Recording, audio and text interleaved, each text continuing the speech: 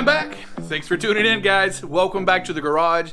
It has been a hot minute since I've dropped any content. There's been a ton of things going on at the farm. And rather than water the channel down, we try to just take a little break. Good or bad, it's done now. We're back in action, so let's get to it.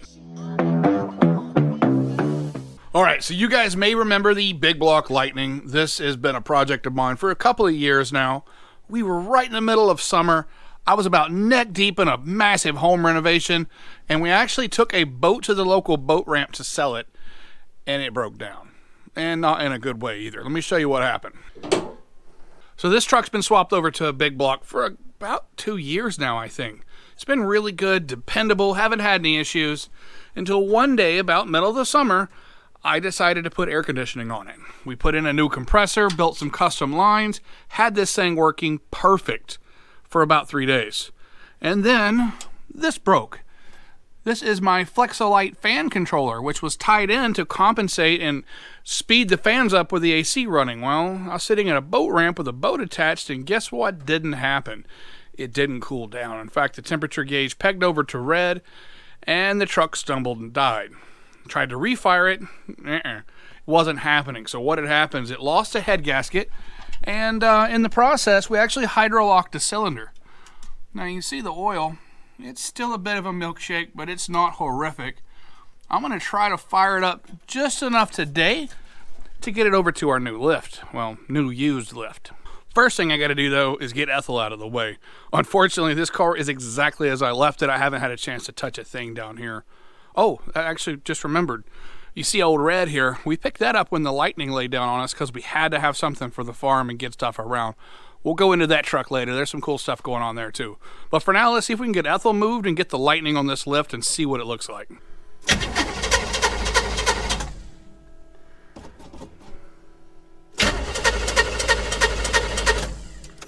That's not good.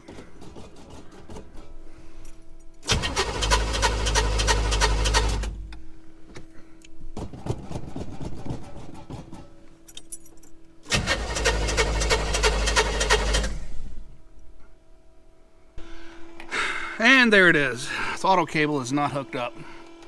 So all that I'm doing with my feet is not getting the job done.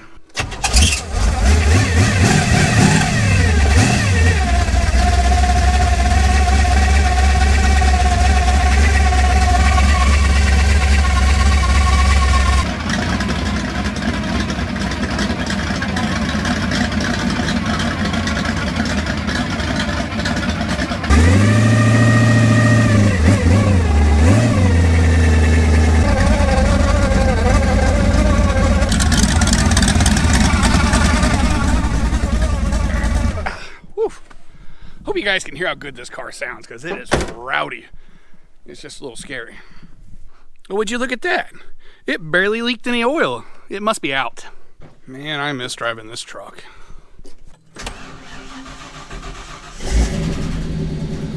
Woo! Didn't sound good.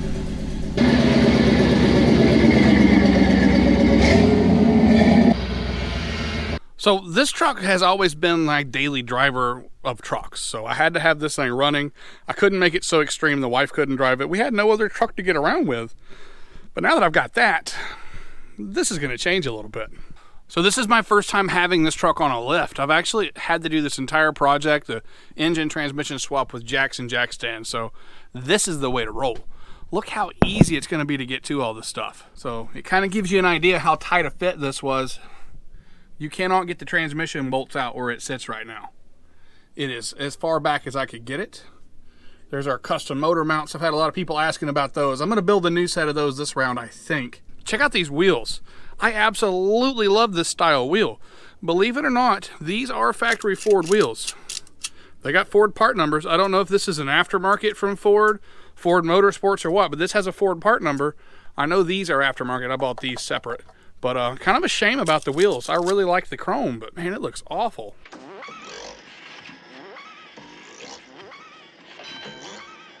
Now that I've got it all the way up, we can really see how tight this hole was. Check out the oil pan right here. Can you see that? Like there was enough room for like maybe 2 business cards right there. It is tight. Steering sector is kind of tight too. That runs right through there. Just barely clears the exhaust manifold. That's why we're still running these old cast iron manifolds. Headers don't have a chance on this thing. So I'm going to get more in the specifics of what I use to make this work and all the part numbers and everything later on. But for now, what I need to do is figure out how to get that engine out. So getting the engine out of this truck's been something I've been dreading for a long time now. I knew the day would come when I had to get it back out, and it was not going to be as easy as it was to get it in. So when I bought this truck, the core support was actually busted. It had a big V in it right here, had some hood damage. This is rear grill, all this has been replaced. But when I had it out is when I put the big block in. Now this is back in, it's welded in. There's no getting this out without destroying it. So I have to come up with another way to get the engine out. I think I've got just a plan though. So my plan today is rather than take the engine out of the truck, we're gonna take the truck off the engine to get some better access. To get ready for this, I've gone ahead and removed the SPT body kit. I've got everything I can find disconnected here. We've got the plumbing, the brakes, the AC, oh that AC. We've got everything disconnected.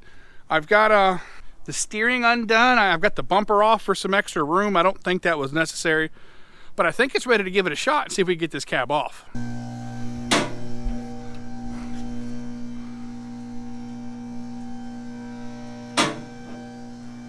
Oh, that is cool. That makes it way easier to do oil changes.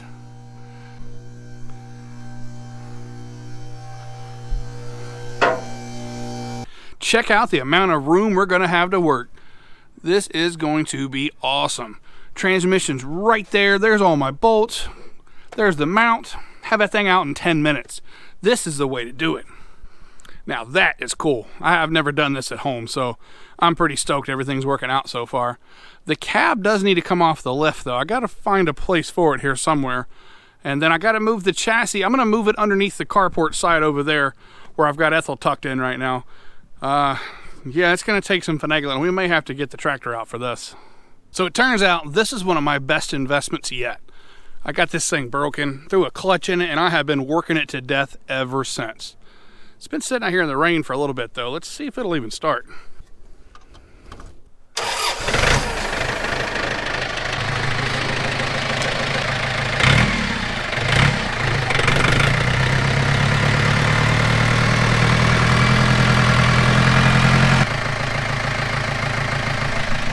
This could get weird real quick, so bear with me, guys.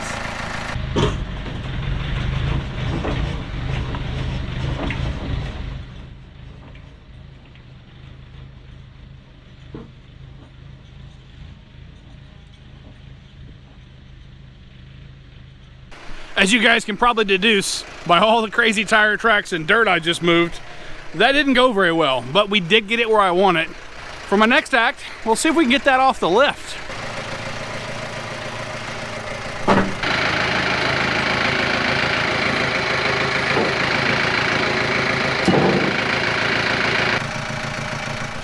It's not looking good at all.